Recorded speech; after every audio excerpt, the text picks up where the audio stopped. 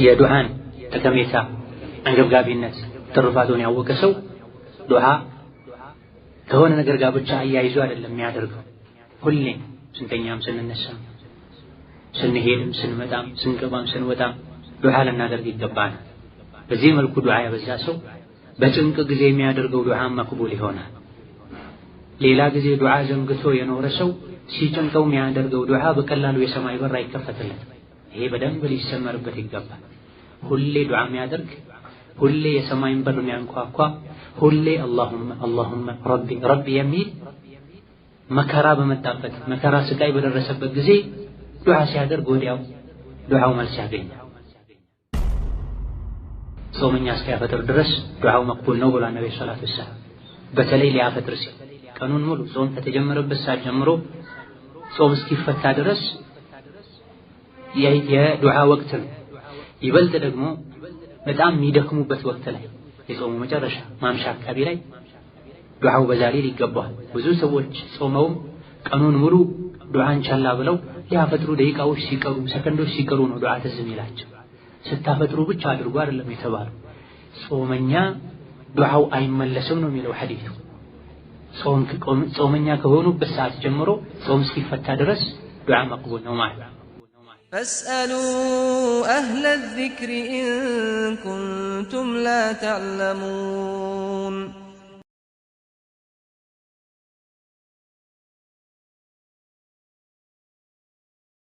بسم الله الرحمن الرحيم. قال المؤلف وفقه الله تعالى: فضل الدعاء يا دعاء الرفاتنا تقميتو الله زند شريعة علي ያለው ደረጃ የሚታይበት ክፍል። ባለፉት ሁለት ተከታታይ ትምህርቶች ላኢላሃ ኢለላህ ሙሐመዱር ረሱሉላህ ማለት ትርጉሙ ምን ማለት እንደሆነ ከዳሰሱ በኋላ በአላህ ያመነ ሰው አላህን ብቻ ነው መለመን ያለበት። ከዛ በአላህ በመልእክተኛው የማመንን ምንነት ትርጉም ካብራሩ በኋላ አላህን የመለመን ትሩፋትን ደረጃን የሚገልጽ ርዕስ ተዳሰሰ። በአላህ ከማመን ምልክት አንዱ አላህን መለመን። በአላህ የማያምን ሰው አላህን አይለምንም። ዱዓ ትልቅ የዒባዳ አካል ነው። የዒባዳ ማለትም ዱዓ ነው። ቀጥለን ሐዲስ ላይ እንደምናየው ለምንድን ነው ይሄ የሆነው ከተባለ ዱዓ ማድረግ በአንደኛ ደረጃ የአላህን ተባረከ ወተዓላ መኖር ማመን፣ ሰሚነቱን ነባሮቹ የጠየቁትን ነገር እንደሚሰጥ የማመን ምልክት ነው። ስለዚህ ዱዓ በአላህ የማመን ምልክት ነው። ዱዓ በነቢይ የማመን ምልክት ነው። ነቢይ ናቸው የዱዓ አደብን ስነ ስርዓትን ያስተማሩ፣ በላጭ ተመራጭ ዱዓዎችን የነገሩ። ጌታቸው አላህ ቅርብ ነው፣ ባሪያው እጁን አንስቶ ለምኖት ባዶ እጁን አይመልስም፣ ሐያ ያደርጋል ባሪያው ያሉ ነቢይ ናቸው። ሌላ ዱዓ የተውሂድ አካል በአላህ የማመን ምልክት ነው። ፈضሉ ዱዓ የዱዓ ትሩፋት ጠቀሜታው እስላም ላይ ያለው ደረጃ ምን እንደሚመስል በቁርአን በሐዲስ ተነግሯል። ቃለ ተዓላ ያላቀው ጌታችን አላህ አለ ወቃለ ረቡኩም ጌታችሁ አለ ኡድዑኒ ጥሩኝ፣ ጠይቁኝ፣ ለመኑኝ አስተጅብ ለኩም እሺ እላችኋለሁ፣ መልስ እሰጣችኋለሁ ብለዋል አላህ ተባረከ ወተዓላ። ይሄ ሱረቱ ጋፊር ቁጥር 60 አንቀጽ አላህ ተባረከ ወተዓላ እዚህ ጋር ኡድዑኒ ለመኑኝ ጠይቁኝ ብሎ ያዘዘን። ይሄ ትእዛዝ ውጤቱ ደግሞ አስተጅብ ለኩም እሺ እላችኋለሁ፣ አቤት እላችኋለሁ፣ የጠየቃችሁትን እሰጣችኋለሁ ያለ።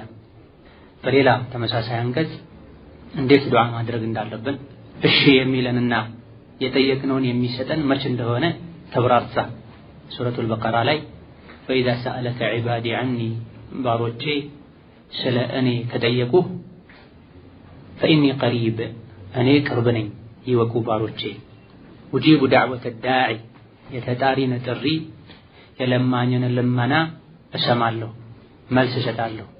ነገር ግን መስፈርቱ ጥሪያቸውን፣ ዱዓቸውን፣ ልመናቸውን እሰማ ዘንድ እቀበላቸው ዘንድ መስፈርቱ ፈልየስተጂቡ ሊ እኔ የምላቸውን እሺ ይበሉ፣ ወሊዩእሚኑ ቢ በእኔም ይመኑ፣ አላህ ተባረከ ወተዓላ የሚሰማ ነው፣ የፈለገውን ማድረግ የሚችል ነው፣ የጠየቁትን መስጠት ይችላል፣ እሱ ዘንድ ያለው ምንም አይጎድልም ብለው ይመኑ ብለዋል። ብዙ ጊዜ ሰዎች ዱዓ አደረግን ደጋገመን ምንም ያየነው ውጤት የለም የሚሉበት ሐል አለ። ለምንድን ነው ዱዓችን ተቀባይነት የማያገኘው? መልሱን ሱረቱል በቀራ ላይ እናገኘዋለን።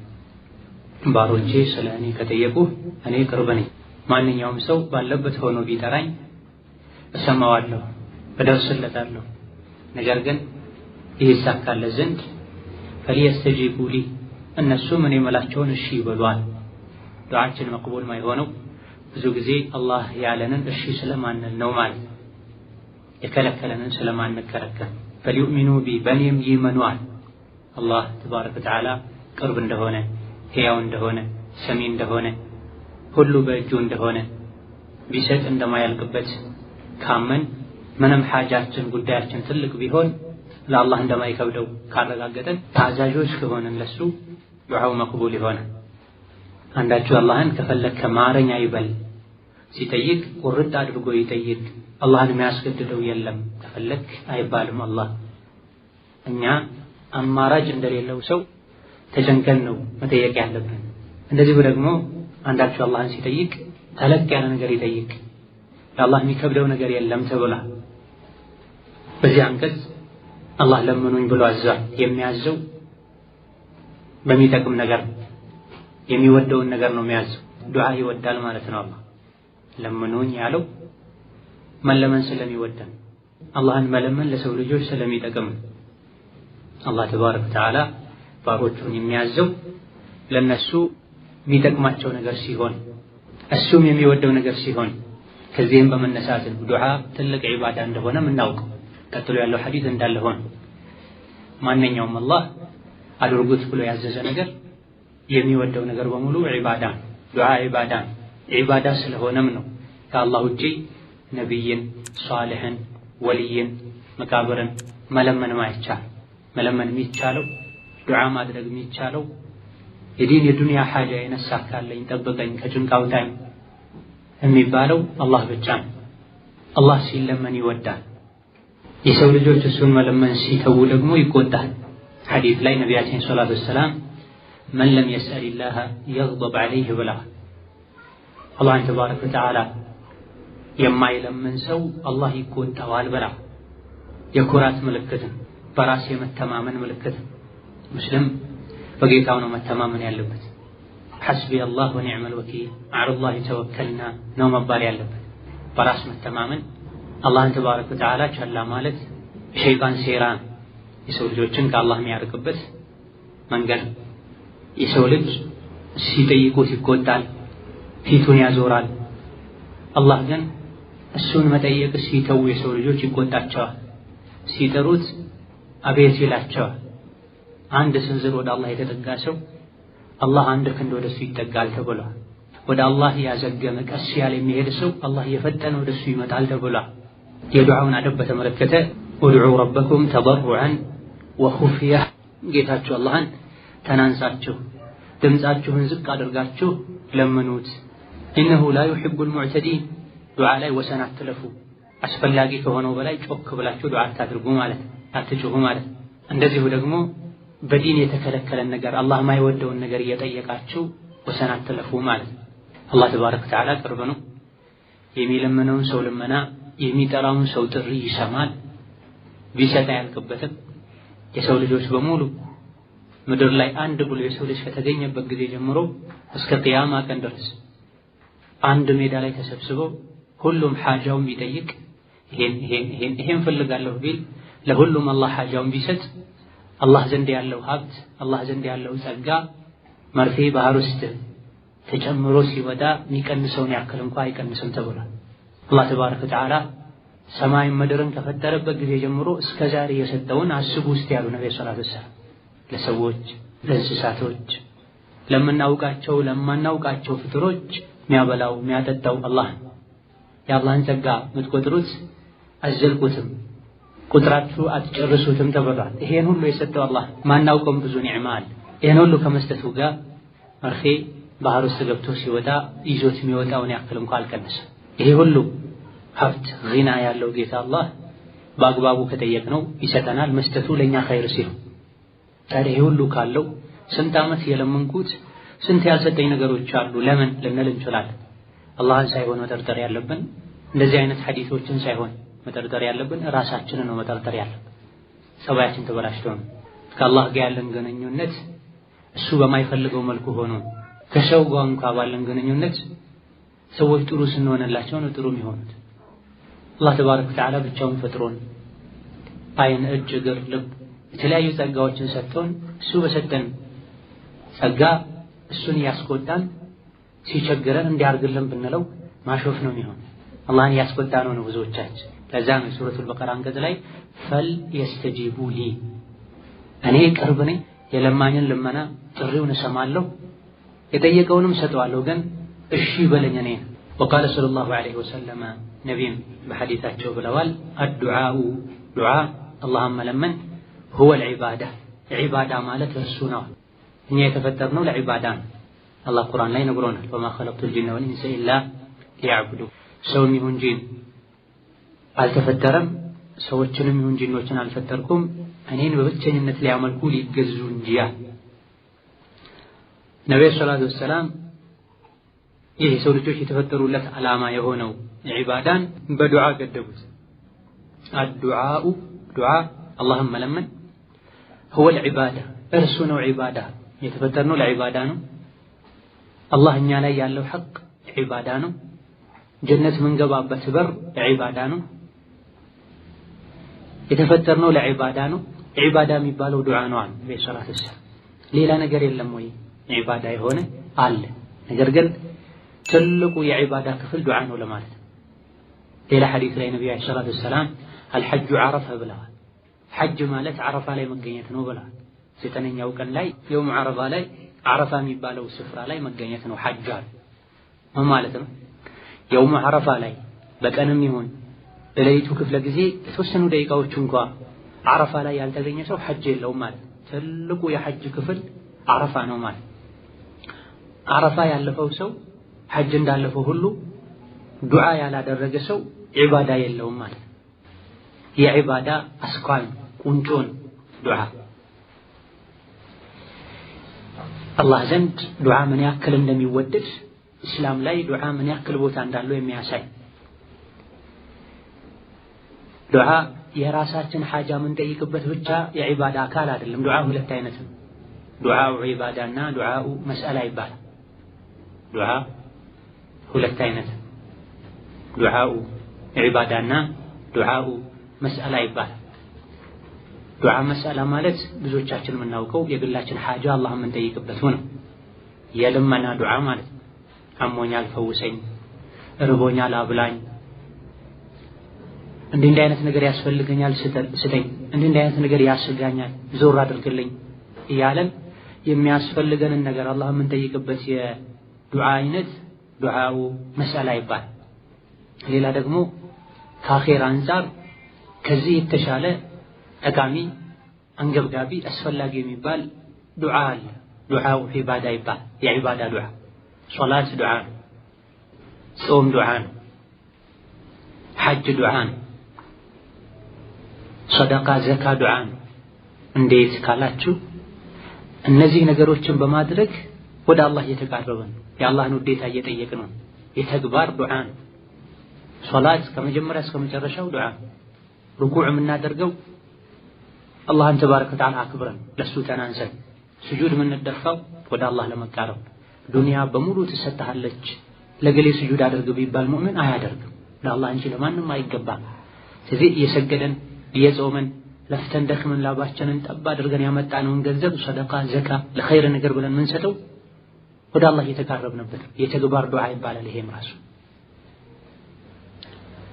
ሶላት አላሁ አክበር ብለን ከገባንበት ጊዜ ጀምሮ እስክናሰላመት ድረስ አብዛኞቹ ቃላቶቹ ሁሉ ዱዓ ናቸው። ኢህዲነ ሲራጠል ሙስተቂም ሲራጠል ለዚነ አንዐምተ ዐለይሂም ገይሪል መግዱቢ ዐለይሂም ወለዷሊን ዱዓ ነው። ሩኩዕ ላይ ሱብሓነከ አላሁመ ረበና ወቢሐምዲከ አላሁመ እግፊር ሊ፣ ስጁድ ላይ ሱብሓነከ አላሁመ ረበና ወቢሐምዲከ አላሁመ እግፊር ሊ ይባላል። ውዳሴም ዱዓም አላህ ሆይ ማረኝ እያለ በሁለቱ ስጁዶች መሃል ቁጭ ስንል ረቢ እግፊርሊ ረቢ እግፊርሊ ረቢ እግፊርሊ እንላለን በቡኻሪ ዘገባ መሰረት። ሌሎችም ረቢ እግፊርሊ ወርሐምኒ የሚሉ የዱዓ አይነቶች አሉ። ዱዓ ነው ይሄ፣ አላህ ሆይ ማረኝ። ተሸሁድም ላይ አሰላሙ ዐለይና ወዐላ ዒባዲላሂ ሷሊሒን ዱዓ ነው። ተሸሁድ ከጨረሰን በኋላ ሶላት ዐለ ነቢ አውርደን አላሁመ ኢኒ አዑዙ ቢከ ሚን ዐዛቢ ጀሀነም እያለን ዱዓ ነው የምናደርገው። ሐጅም አብዛኛው ዱዓ ነው። አዱዓኡ ሁወል ዒባዳ ይሄን አካቶ ነው ዱዓ እሱ ነው ዒባዳ የተባለ። ዱዓ ባደረገን ባበዛን ቁጥር የዲን የዱንያ ሓላችን ይስተካከላል። የዱዓን ትሩፋት ያወቀ ሰው ዱዓ ከማድረግ አይቋረጥም። ብዙ ጊዜ ሰዎች ዱዓ የሚያደርጉት ሲታመሙ፣ ድህነት ሲገጥማቸው፣ ሐሳብ፣ ጭንቀት፣ መከራ ሲበዛባቸው እንጂ በየቀኑ ጌታቸውን አስታውሰው ደካማ ነኝ እኔ ዲኔ ዱንያ ሊስተካከል የሚችለው በአላህ ነው፣ አላህ ደግሞ ረሕመቱን ወደኛ የሚያወርደው ስንት ደቂቃው ነው ብለው አስበው ፈልገው ዱዓ የሚያደርጉ ጥቂቶች ናቸው። ሶላት በሰገደን ቁጥር ውስጡ ላይ ዱዓ አለ። ነገር ግን ከዚህ በተጨማሪ በየጊዜው ከመላሳችን ዱዓ ሊጠፋ አይገባም። የጧትና ማታ ዚክሮች፣ እንቅልፍ ስንተኛ፣ ከእንቅልፍ ስንነሳ፣ ቤት ስንገባ፣ ከቤት ስንወጣ፣ መጸዳጃ ቤት ስንገባ፣ ከመጸዳጃ ቤት ስንወጣ፣ ልብስ ስንለብስ የሚባሉ የተለያዩ ዱዓዎች አሉ፣ አዝካሮች አሉ፣ ዱዓ ናቸው። ስልካችሁን ሳይለንት አድርጉ። የዕልም ስትቀመጡ የዕልም መጅልስ መከበር አለበት። አንድ ብላችሁ መጅልስ መስጂድ ስትገቡ የዕልም መጅልስ ላይ መድረክ ላይ ስትገኙ ስልክ መዘጋቱን ማረጋገጥ አለባቸው። ተራ የመንግስት መስሪያ ቤት ተከብሮ ስልክ ሳይለንት ተደርጎ ምናልባትም ውጪ ተቀምጦ ነው የሚገባው። ቃለ አላህ ቃለ ረሱሉላህ የሚባልበት ቦታ ከየትኛው የሰው ቢሮ የመንግስት ቤት የበለጠ መከበር አለበት። መርሳት ያለ ነው። ነገር ግን እንግዲህ ማስተካከል አለባቸው። ራሳቸውንም ይረብሻል፣ ሌሎች ተማሪዎችንም ይረብሻል፣ አስተማሪም ይረብሻል። ከምንም በላይ ደግሞ የዕልም አደብ ካልተጠበቀ ዕልም በረካ አይኖርም፣ ልባችን ላይ ጠባይ። የረሱል ሰሐቦች ዕልም ሲማሩ አናቱ ላይ አሞራ የተቀመጠበት ሰው ነበር የሚመስሉት። አናቱ ላይ አሞራ የተቀመጠበት ሰው አሞራው በራሱ ጊዜ ተነስቶ እስኪሄድ ድረስ ጸጥ ካላለ ከተንቀሳቀሰ ይዋጭረኛል ብሎ ይፈራል።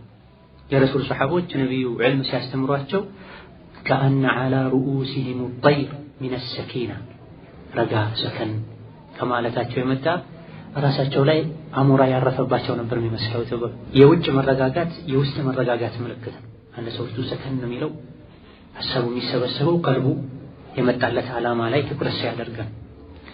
የዱዓን ጠቀሜታ አንገብጋቢነት ትሩፋቱን ያወቀ ሰው ዱዓ ከሆነ ነገር ጋር ብቻ አያይዞ አይደለም የሚያደርገው።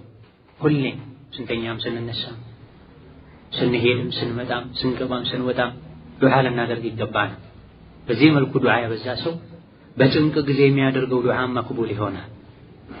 ሌላ ጊዜ ዱዓ ዘንግቶ የኖረ ሰው ሲጨንቀው የሚያደርገው ዱዓ በቀላሉ የሰማይ በር አይከፈትለትም። ይሄ በደንብ ሊሰመርበት ይገባል። ሁሌ ዱዓ የሚያደርግ ሁሌ የሰማይን በር የሚያንኳኳ ሁሌ አላሁመ አላሁመ ረቢ ረቢ የሚል መከራ በመጣበት መከራ ስቃይ በደረሰበት ጊዜ ዱዓ ሲያደርግ ወዲያው ዱዓው መልስ ያገኛል። የዩኑስን ታሪክ ታስታውሳላችሁ ብዙዎቻችሁ።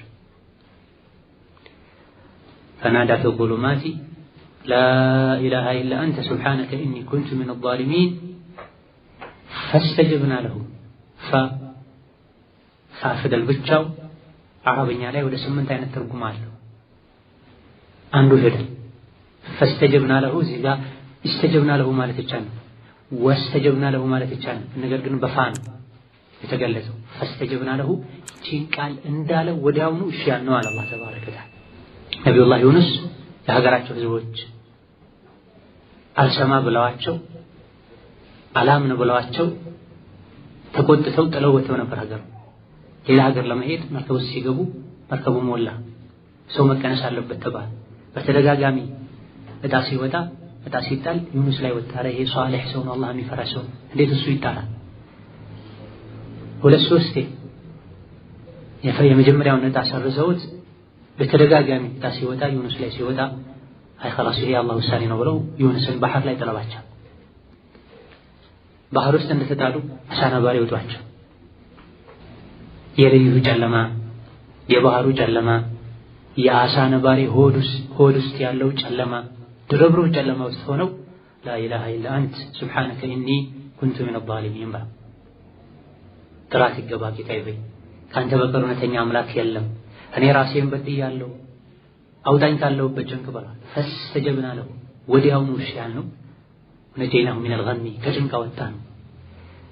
እንደ ዩኑስ ያሉ አማኞችንም ምንጊዜም ከጠሩን ከጭንቅ እናወጣለን ብሏል አላህ ተባረከ ወተዓላ። ሌላ ጊዜ አላህን ዱዓን ቸላ ያለ ችግር ሲደርስበት ዱዓ ቢያደርግ ሁሌ ዱዓ እንደሚያደርግ ሰው አይሆን። መስፈርቱን ካሟላ በየትኛውም ሰዓት አላህ ባሪያው ከጠራው እሺ ይላል። ነገር ግን ሁሌ የሰማይን በር የሚያንኳኳ ያ ረብ ያ ረብ የሚል ሰው ሲጨንቀው ብቻ እንግዳ የሆነ ድምፅ እንደሚያሰማ ሰው አይሆንምና ሁሌ ዱዓ ልናበዛ ይገባናል። በተለይ ዱዓ መቅቡል የሚሆንባቸው ወቅቶች አሉ። ዱዓ መቅቡል የሚሆንባቸው ሁኔታዎች አሉ። እነዚህ ወቅትና ሁኔታዎችን ጠብቀን ዱዓ ልናደርግ ይገባናል። ጾመኛ እስኪያፈጥር ድረስ ዱዓው መቅቡል ነው ብሏል ነብዩ ሰለላሁ ዐለይሂ ወሰለም። በተለይ ሊያፈጥር ሲል ቀኑን ሙሉ ጾም ከተጀመረበት ሰዓት ጀምሮ ጾም እስኪፈታ ድረስ የዱዓ ወቅት ነው። ይበልጥ ደግሞ በጣም የሚደክሙበት ወቅት ላይ የጾሙ መጨረሻ ማምሻ አካባቢ ላይ ዱዓው በዛ ሊል ይገባዋል። ብዙ ሰዎች ጾመውም ቀኑን ሙሉ ዱዓን ቻላ ብለው ሊያፈጥሩ ደቂቃዎች ሲቀሩ ሰከንዶች ሲቀሩ ነው ዱዓ ትዝ የሚላቸው። ስታፈጥሩ ብቻ አድርጉ አይደለም የተባለው። ጾመኛ ዱዓው አይመለስም ነው የሚለው ሐዲሱ። ጾመኛ ከሆኑበት ሰዓት ጀምሮ ጾም እስኪፈታ ድረስ ዱዓ መቅቡል ነው ማለት ነው። ወከዛሊክ ስጁድ ላይ ሆኖ የሚደረግ ዱዓ እንደማይመለስ ስጁድ ላይ ሲሆን የሰው ልጅ ከመቼውም በላይ ወደ አላህ ቅርብ እንደሚሆን ዱዓ ሊያበዙበት እንደሚገባ ነብይ ተናግረዋል ሰለላሁ ዐለይሂ ወሰለም። ሩኩዕ ጌታችሁን አልቁበት፣ ሱብሓነ ረቢየል ዐዚም ሱብሓነ ረቢየል ዐዚም በሉበት። ስጁድ ደግሞ ከተስቢሑ በተጨማሪ ዱዓ አብዙበት፣ ዱዓ መቅቡል ይሆናል ተብሎ ይከጀላል ብላ። ወከዛሊክ መንገደኛ የሆነ ሰው ለወንጀል እስካልተሳፈረ ድረስ ለመልካም ለሐላል ለተፈቀደ ነገር ለንግድ፣ ዘመድ ለመጠየቅ፣ የታመመን ለማየት፣ ለዕልም ለመሰል ነገሮች ጉዞ የሄደ ሰው ከጉዞ እስኪመለስ ድረስ የሚያደርገው ዱዓ መቅቡል ይሆናል ተብሏል። ወከዛሊክ ወላጆቹን የሚያስደስት ወላጆቹን የሚንከባከብ ለወላጆቹ ደግ የሆነ ሰው ዱዓው መቅቡል ይሆናል ተብሏል። የወላጆች የራሳቸው ዱዓም ለልጆቻቸው መቅቡል ይሆናል ተብሏል። ሐላል መብላት፣ ሐላል መጠጣት፣ ሐላል መልበስ፣ የገቢ ምንጭን ማጥራት ዱዓ መቅቡል እንዲሆን ያደርጋል። በተቃራኒው ደግሞ የሚበሉት ሐራም ከሆነ የሚለብሱት ሐራም ከሆነ ብዙ ጊዜ አላህን የሚያምፁ ከሆነ የዱዓ በር አይከፈትም፣ ዱዓ ወደ ሰማይ አይወጣም። ነቢያችን ሰለላሁ ዐለይሂ ወሰለም ثم ذكر الرجل يطيل السفر أشعث أغبر يمد يده إلى السماء يقول يا رب يا رب ومطعمه حرام وملبسه حرام وغذي بالحرام فأنى يستجاب له بلا من قال يا بزال سأقول جبرر بلوال أقول أبوارا بابوارا هونوال يا رب ይላል። እንዴት አላህ እሺ ይለዋል? የሚበላው ሐራም ሆኖ ሳለ የሚጠጣው ሐራም ሆኖ ሳለ ሰውነቱ በሐራም ደልጎ ወፍሮ ሳለ ብላ። ተመልከቱ፣ በአንድ ሐዲስ ዱዓ መቅቡል የሚያደርጉ ነገሮችንም ዱዓ መቅቡል እንዳይሆን የሚያደርጉ ነገሮችንም ጠቅሰዋል። ثم ذكر الرجل أشعث أغبر አሽዓት ማለት ጸጉሩ ያልተበጠረ ንጽህናው ያልተጠበቀ ማለት። አግበር ማለት ደግሞ እግሩ አቧራ በአቧራ የሆነ ማለት። በዚህ መልኩ ምስኪን መሆን ዱዓ መቅቡል እንዲሆን ይረዳል። የተቸገረ ሰው ነውና እንደዚህ የሚሆን አላህ ከተቸገሩ ሰዎች ቅርብ ነው ተብሏል። የሙዱ የደይህ ለሰማ እጁን ወደ ሰማይ ያነሳል። እጅ ማንሳትም ዱዓ መቅቡል እንዲሆኑ ከሚያደርጉ ነገሮች መሃል አንዱ። አላህ ተባረከ ወተዓላ ከሪም ነው፣ ቸር ነው፣ ሀያ የሚያደርግ ነው። ባሪያው እጁን አንስቶ ለምኖት ባዶ እጁን ዜሮ አድርጎ አይመልስበትም ብሏል ነብዩ ሰለላሁ ዐለይሂ ወሰለም። እጅ ማንሳት ዱዓ መቅቡል እንዲሆን ከሚያደርጉ ነገሮች መሃል አንዱ ነው ማለት። يطيل السفر መንገድ ያበዛል። መንገደኛ መሆን ሙሳፊር መሆን ዱዓ መቅቡል እንዲሆን ከሚያደርጉ ነገሮች እነዚህ ዱዓ መቅቡል እንዲሆን የሚያደርጉ ሰበቦች ናቸው። ግን ዱዓ መቅቡል እንዲሆን የሚያደርግ ሰበብ መሟላቱ፣ እጅ አንስቶ መለመኑ፣ ተቸግሬያለሁ እርዳኝ ማለቱ ብቻ በቂ አይደለም። ሌላ መወገድ ያለበት እንቅፋት አለ ዱዓ መቅቡል እንዳይሆን የሚያደርግ መዋኒዑ ኢስቲጃበቱ ኢጃበቱ ዱዓ ይባል። ዱዓ መቅቡል እንዳይሆን የሚከለክሉ ነገሮች ይባል። ምንድነው ይሄ? ፈአና ዩስተጃቡ ለሁ ፈመጥዕሙሁ ሐራም፣ የሚበላው ሐራም ነው፣ የሚጠጣው ሐራም ነው፣ የለበሰውም ሐራም ነው፣ ሰውነቱ የደለበው የወፈረውም በሐራም ነው። እንዴት አላህ እሺ ይለዋል? ስለዚህ ዱዓችን መቅቡል እንዲሆን ከፈለገን ምን በላው ሐላል መሆን አለበት፣ ምን ነግደው ሐላል መሆን አለበት። የሰራው ስራ በዲን የሚፈቀድ ነው አይደለም።